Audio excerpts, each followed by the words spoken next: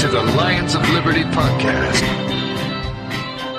Hello, everybody. Mark Claire is once again missing in action. Instead, you're stuck with me, Brian McWilliams, for another episode of Mr. Johnson's Libertyhood.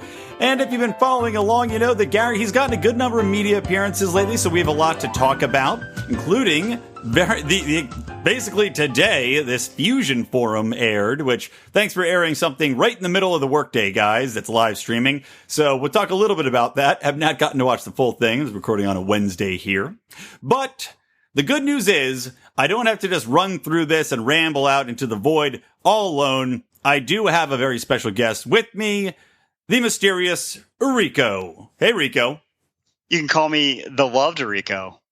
Because I'm loved now. So I forgot. Very excited. That's true. You do have one person on the forum that loves you. Slowly but surely. Yep. One at a time. 1 a year is my goal. In a decade, I'll have 10 friends. And you, too, can express your love for Rico by going to our Facebook forum. That's just go to Facebook, type in Lions of Liberty Forum. That'll come right up for you. And by the way, if you love the Lions of Liberty, why don't you go ahead and maybe go through our Amazon link? That's at lionsofliberty.com/Amazon. Speaking of shows, this show, 238 of the show, which means you can also go to lionsofliberty.com/238. We'll have all the show notes there for you, including some clips, some of the audio stuff, some of the videos, and links to all the news articles. Now, if you're not familiar with the show, what we do here, we look at Gary Johnson's actions along with his running mate, Bill Weld, and we're going to say, hey, that's either good or bad. If it's good, we give it a Johnson, and if it's bad, we give it a Johnson. And old Gary has not been doing too great as of late. He's gotten a lot more John-Soffs, especially after our last episode. So let's see if he can pick it up a little bit here. Rico, are you ready to play the game? Yeah, I'm ready to roar. Or is that the wrong show? That's Mark's show. How dare you do that on this show? Whoops. I think for Gary Johnson, it's less of a roar and it's more of like a mewling whine. Are you ready to weekly whine? I'm ready. Okay. All right, here we go. All right, first thing we got to talk about is the Rise Up commercial. Now, if you guys haven't seen this at home, let me just play a tiny bit of it for you and just get down with it. I'm Governor Gary Johnson. I'll be on the ballot for president in 2016. To America's millennials, I say this. By not standing up and voting two-party corruption out of office years ago, people my age have made a real mess of things for people your age. How about that bass line, folks? Amazing. Rico, were you blown away? Did it take you back to the 70s Disco Town funk? I play it on repeat when I wake up in the morning. It's just it's you know what it sounds like? It sounds like the bad action music from the movie Doom. Like Doom the movie starring The Rock and Carl Urban. I haven't seen it. How dare I not see a movie starring The Rock? A man of your wrestling prowess, I would have presumed. But yeah, so you got that thumping bass line. But more than anything, we got to talk about is the attire, right? Yeah, apparently Gary Johnson's a busy man, and he filmed this commercial after getting out of the gym at the Marriott or wherever he was staying, because it looked like he had a workout shorts on and earbuds around his neck. It's like he just came from shooting a Michelob Ultra commercial and just kind of rolled out from that set and onto this set. I watched it 3 times, and I don't remember anything really he said because I was just focusing on trying to figure out what he was wearing around his neck. Yeah, well, exactly. Because he has on. So for those of you who can't see this, just listening as we know, he's got sunglasses on the top of his head, and he's got the weirdest pair. It's like, I think they're wireless, maybe earphones, but they're not like earbuds that you pop in. It's like this weird wraparound thing, like an old woman wears her glasses and it has that rope around the back of them to keep it from falling off her head. It looks like that, but they're earbuds, and they're there the entire time he's on this commercial talking. It's bizarre. Yeah. I guess his fashion consultant was sick that morning. Seriously. Were they like, Gary, the only way you're going to reach the millennials is by wearing sunglasses on your head and earbuds around your neck? Everybody's doing it, man. But I do have to give him credit for one thing that was missing in the commercial, and that was Bill Weld. Yeah. I didn't see him anywhere. Very good job, point. Gary. Yeah, holy moly. He cut Bill Weld off. Finally, he removed the tumor. Well, I wish he'd removed the tumor. We're going to talk a lot about Bill Weld today, by the way. I swear to God, Bill Weld, he's like Gary's colostomy bag that he's just carrying around with him at all times. And I swear, every time Gary gets him, like lets him off the leash and lets the bag go somewhere, the shit comes out of the bag and spews everywhere. The cork pops out because every time Bill Weld's on his own, it's just spewing shit. Yeah, the Weld colostomy bag is always full. Always full. He's like the worst. It's amazing. It's like the never-ending mug of beer, but just with shit. All right, so that's Rise. So the Rise Up commercial, though. Get overall thoughts on it, Rico, other than the fashion. His statement in the commercial, and I've heard him say it other places, where he's like, "Just give me your vote this one time." Like you're giving him $5 and telling him don't spend it all on candy, and he won't let you down. It's like just this once. You're like, well, we don't have that many votes. I only have one vote, by the way. Let's try to think of a more compelling, I guess, line than just give me your vote this one time, and if you don't like me, vote for someone else in 4 years. Come on, really? But yeah, with the absence of Weld, I'm going to have to say Johnson. All right, wow, an early Johnson for the Weld absence. Oh, God. You know what, man? I don't know. I'm going opposite. I just think the whole look of it, Gary still has that weird, just non-interested voice going on. He doesn't say, like, he's saying things that should be powerful and inspiring, but he just doesn't sell them enough. He's just like, give me your vote. It's like, God, come on, man.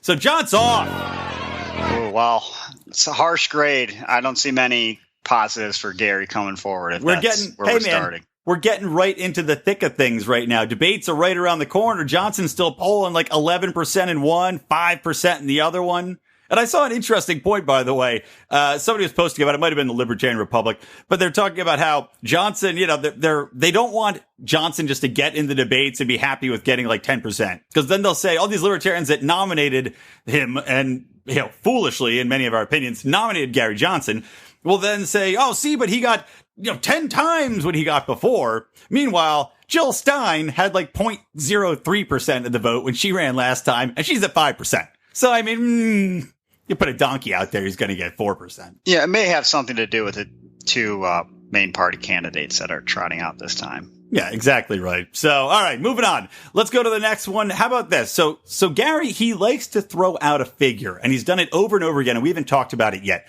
But he likes to throw out a figure saying that the Pentagon said that 20% of the bases can be closed. And he always says it in that way. The Pentagon says.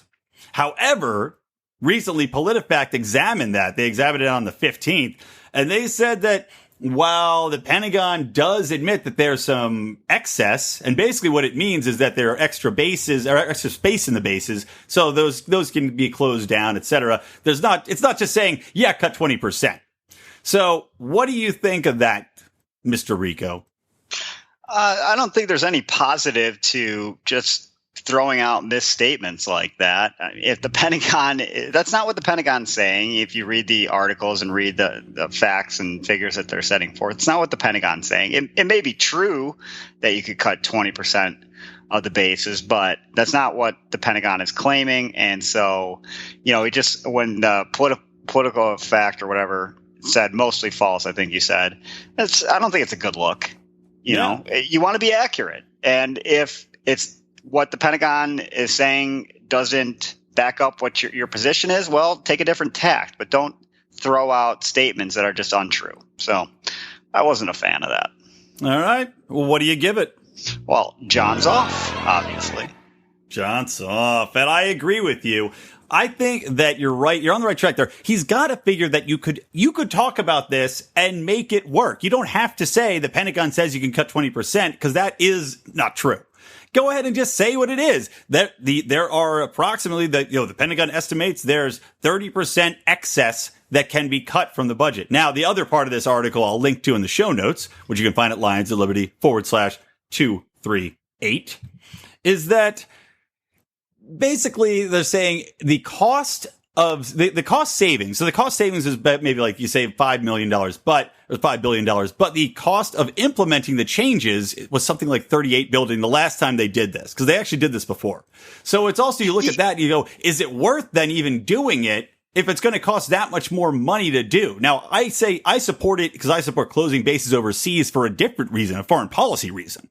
But to just say, let's do it, and then it's going to cost more anyway to do it, I don't jive with that.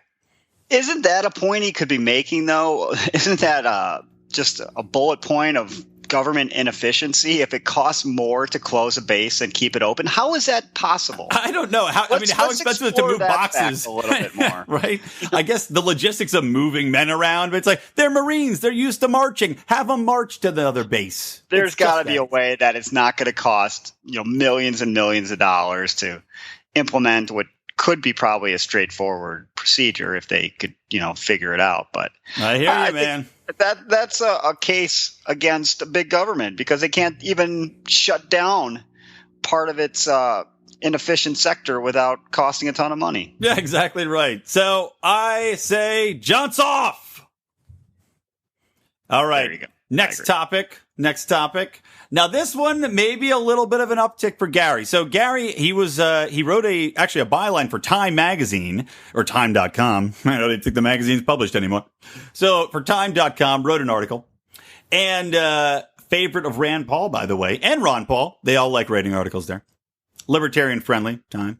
So anyway, he wrote his piece and I'm not going to go into the whole piece. Again, I'll link to it, but the one thing I took away from it is that for the first time that I personally can remember, Gary actually espoused some sort of version of the non-aggression principle, which I was blown away by. So happy. Even though he didn't do it all the way, still it was like a pretty good nod in that direction. Rico, do you know what I'm talking about? Are you feeling me?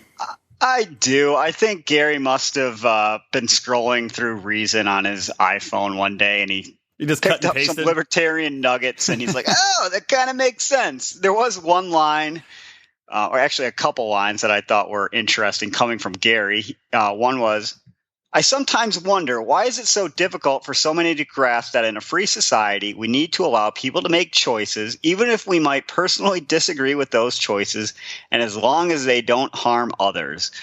Doesn't this seem to be at odds with some other statements he's made in the past? The whole Nazi cake or whatever it was. You stole my talking point. I thought that was going to be my contribution to this conversation. Here you are, beating me to the punch. Yes, no need for you. I've already taken care of it. No, man, keep going. You're nailing it. I was going to say the exact same thing. Keep going. Well, do I have to? I don't really have much more to say. Okay, well, wrap it up then, man. Shut the fuck up. Talking too much. Why is it taking him so long how many months has he been running? Why is it taking him so long to grasp this simple sentence? And is he really going to stick with it? And just a second line that I thought was interesting, just short and sweet. He said, freedom isn't complicated. Well, it seems like sometimes it becomes complicated with the Johnson-Weld tag team. It does indeed. I mean, there's so many layers to freedom and what Johnson, just like you were saying, you can't say can't talk about the non-aggression principle and then talk about making people do something against their will. And that's clearly their freedom. Their freedom is being infringed on by forcing them. Basically, it's forced labor, but you're paid for it, I guess, is the best way to look at Johnson's philosophy on making people do things. So yeah, I agree. And as far as if he's going to stick with it, I don't know. I don't think so because during the Fusion Forum, which we'll talk about a little bit more later, he once again kind of doubled down on that thought about religious freedom and how he's against any legislation that would protect people's religious freedoms on the guise that it could be used to discriminate against gays or whoever else. Meanwhile, that's, discriminate as your will. We talked about it last episode, so I won't go in it again too much again here. But yeah, I don't know, man. I'm going to say for this, a very, very reticent Johnson. I agree with you just by looking at the statements in a vacuum, and which I guess you kind of, or I'm going to do in this case because he's articulating it now. So we'll give him some credit now, and we'll keep a wary eye on him to see if he kind of falls off the freedom isn't complicated wagon, which I suspect he will in short order. But just as that expressing in that article, I think he did well. So John's on for me too. All right. Wow. Well, there you go, Gary. Getting a little bit back. Not too bad. Next topic, one I am very excited about. Now, I don't know how old the people out there are. I mean, I'm guessing some of them are my age. I'm 36. Now, there was a show I grew up on. I think it was an early Nickelodeon show called Clarissa Explains It All. And I love that show. Rico? Why? What do you mean? What do you mean why? How can you say why to that? It had Melissa Joan Hart. She was a young, hot thing back in those days. She knew all you needed to know about life and love and liberty. She was poor man's Britney Spears in the late 90s. Britney Spears was an amoeba at that point in time. She wasn't even alive. Well, then you know what? You should thank her because Britney Spears took a page out of her book and became the hot piece a little later in life. Clarissa explained that to her. Thank you, Melissa. There you go. And you can thank her again. And by the way, she's Sabrina the Teenage Witch, for those of you who don't know who we're talking about. Melissa Joan Hart is her name. And hey, take a chance. Go to the allianceofliberty.com/Amazon. You can order some DVDs off Amazon. You can catch up, educate yourself, and then you can explain it all to other people. But here's the good news. She saw the Gary Johnson Are You Paying Attention online commercial. It's like 2-minute long thing. I'm not going to link to it. It's fine. It's just, it's fine. But she saw that. She got inspired and decided that Gary Johnson was better than Trump, better than Hillary Clinton, and that she was going to give him some money and he was the man. She explained that to her Twitter followers. Rico, what do you think? There was a lot of unintentional comedy in this on that webpage. And so, one, I liked her byline. She's like, you may know me from Clarissa Explains It All or Mel from Mel and Joey. She doesn't mention Sabrina the Teenage Witch? That's or maybe she said that too. Okay. No one knows you from Mel. No one even knows you're still on TV. But be that as it may. And then the headline was that she endorsed Gary Johnson after watching online video. So let's give a big thumbs up for that well-informed endorsement. It's like, I watched a commercial. I'm going to go buy Pepsi now. Awesome. Yeah, shame. That's from Libertarian Republic. Austin Peterson, your people are letting you down, man. Come up with something more creative headlines. Oh, really? Was that it? Yeah, it's from Libertarian Republic. Yeah. Source. Maybe she really did watch the video and then, read some of his stuff and listen to him. But she says she did in the tweet. She just donated to #LetGaryDebate, which doesn't really help. I mean, you can't donate to a hashtag, Melissa Joan Idiot. But I presume she donated to his actual campaign. She did link to his video, though. Thank God. That's the. I actually kind of liked the video that she watched. It kind of had reminded me of I think it was like V for Vendetta or.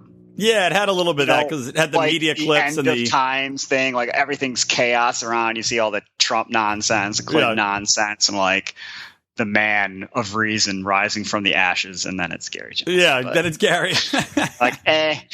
We need a hero, and he's like, I'm here. Great. You should pitch that idea. I should. All right, what do you give it? John's on. I don't know how it really hurts any. I don't think it moves the needle much. Hey, you know what, man? But a little support against the Trump Clinton two-headed monster. Fine. She's got a lot of support, I think, from people that watch Freeform Network, used to be ABC Family. I'd say anytime a celebrity is supporting a good man, she's got a bunch of Twitter followers. They'll check it out. At least 150 of those people click the link. So I say Johnson. So just to dig a little deeper into this, so we're thinking that followers of Sabrina may endorse Gary or vote for Gary because Sabrina watched a 2-minute video. No, so I think followers of Clarissa will vote for Gary because she watched a 2-minute video. The people that watch Sabrina are voting Clinton all the way. They're going down the rabbit hole of uninformed voters, if that's what we're courting right now. That's everybody. That's who we're trying to reach. That's everyone, I guess. Yeah, that's exactly. I mean, come on, man. People aren't delving into this stuff like we are. The average person is not sitting around listening to this. That much I can tell you. They should be. And then we could have ads and be millionaires. I believe that's the John McAfee Libertarian plan, by the way. All right, let's, how about this? Let's talk a little bit about the Fusion Forum. Now, that just aired today, as I was complaining about earlier. So I did not get a big chance to watch it. I'm sure you didn't either. It's airing in the middle of the workday. We're recording this right afterwards. So we're going to talk a little bit about it because we actually had some reader submissions, which was good, of things to talk about, which are always greatly appreciated.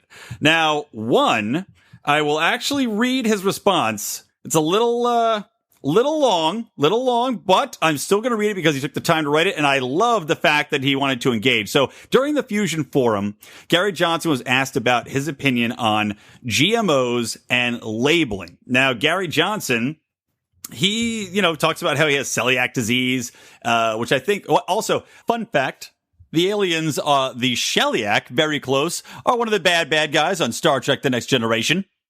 Thank you. Never seen it. God, Rico, I hate you so much. I don't know why I even have you on here. All right. So anyway, so he has celiac disease, which means that he says, die from gluten. Now, okay, understandable enough.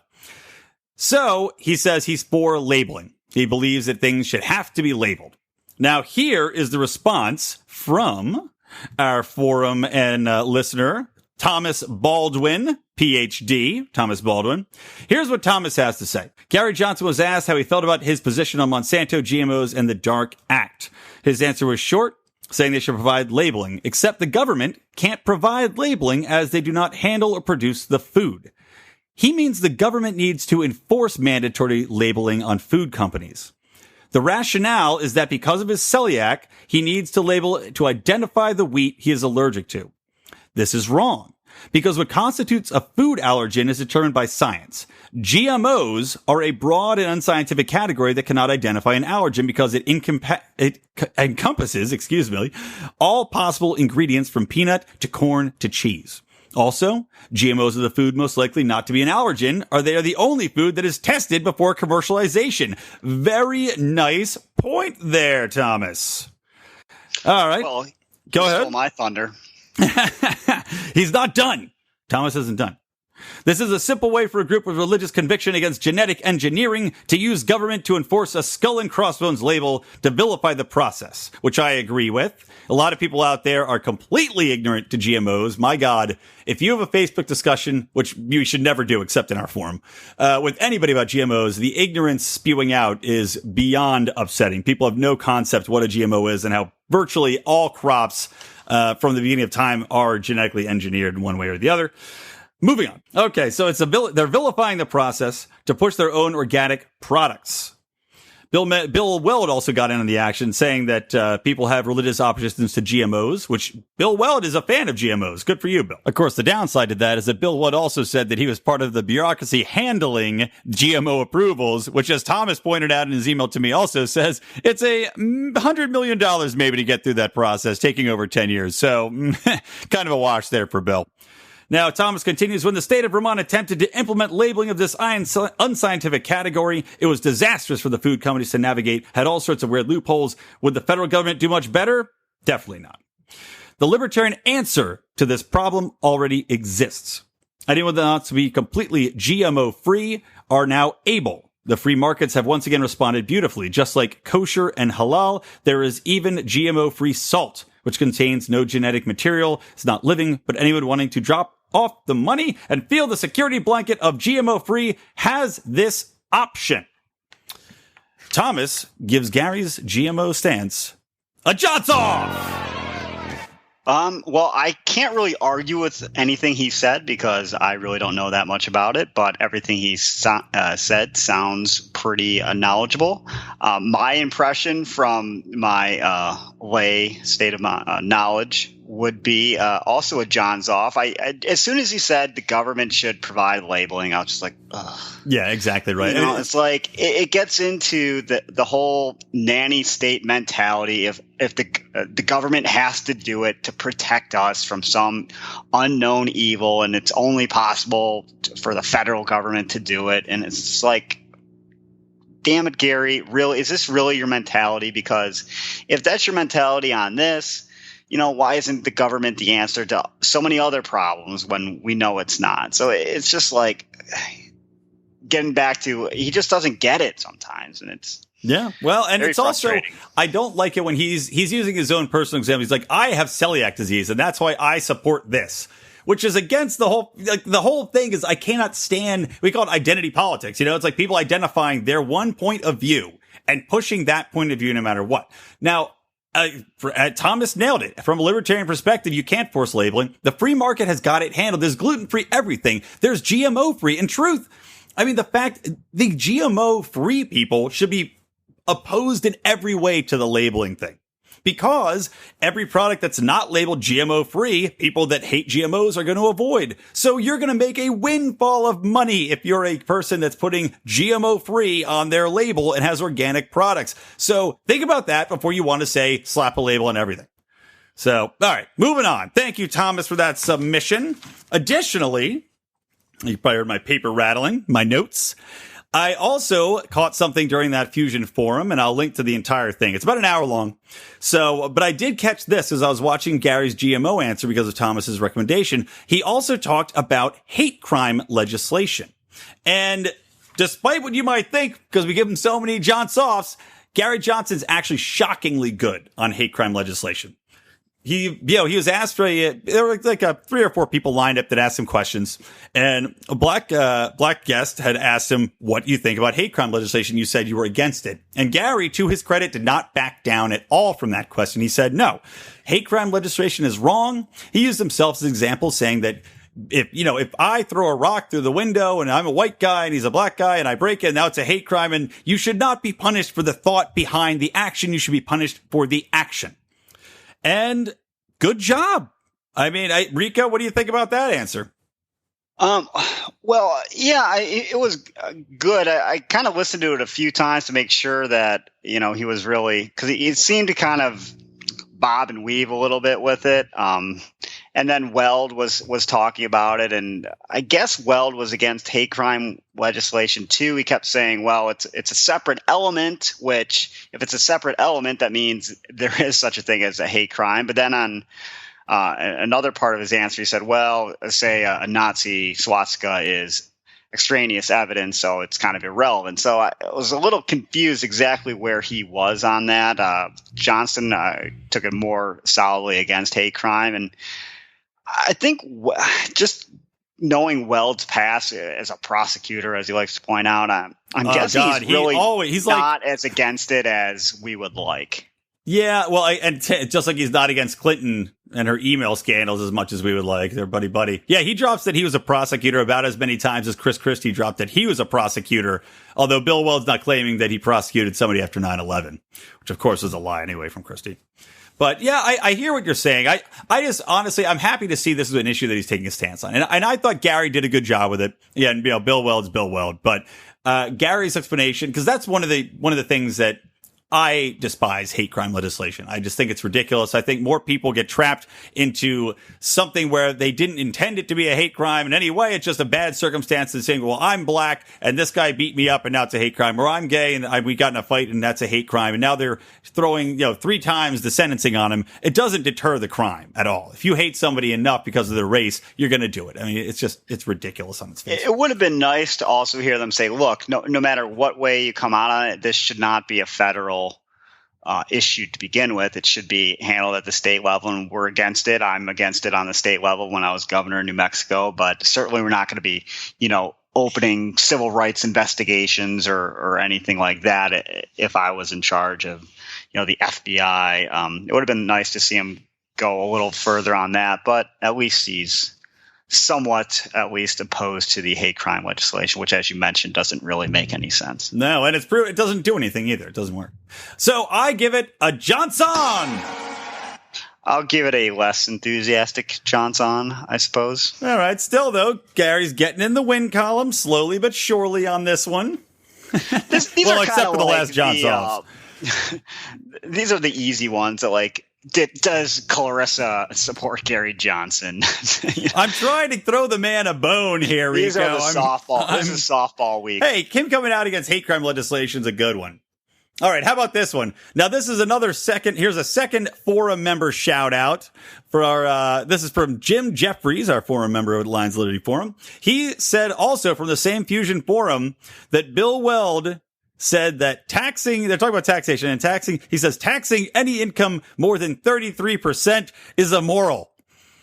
To which Jim said, I guess 32% is perfectly fine. It's like, it drives you nuts when somebody like Bill Weld saying that. And, especially from a libertarian standpoint where we want to get rid of essentially all the taxes, abolish the IRS. And then Bill Weld is like, well, anything over 33% is just unreasonable. Meanwhile, Gary Johnson's posting on Twitter about Olympic gold medalists getting taxed by the government, which is ridiculous, saying hashtag taxation is theft. So Bill, 32% is fine. Meanwhile, Gary's saying taxation is theft. Why don't you get on the same page? It's like there's two Pez dispensers spitting out different flavors constantly. Of course, Bill Weld's is bourbon-flavored Pez, which I hope you could buy someday. Probably delicious. Rico? Well, we know where Bill Weld stands on who should pay what and what is their fair share. So we got a line for Bill Weld. 32% is the fair share of some people. 32% Bill Weld. There we go. Thanks, Bill. Oddly enough, he likes his taxes at 32%, but he likes his scotch at 64 proof. Does that make sense? It doesn't have to. Doesn't have to. So that one is not only a clear jaunts off, but it's also going to segue us into the mind weld. And not only into the mind weld, Rico, but we're going to not one zone, but two zones right now. Dare I say we're going into the land of libertarian make-believe mind weld? Whoa. All right, Charlie. Neighborhood of make-believe.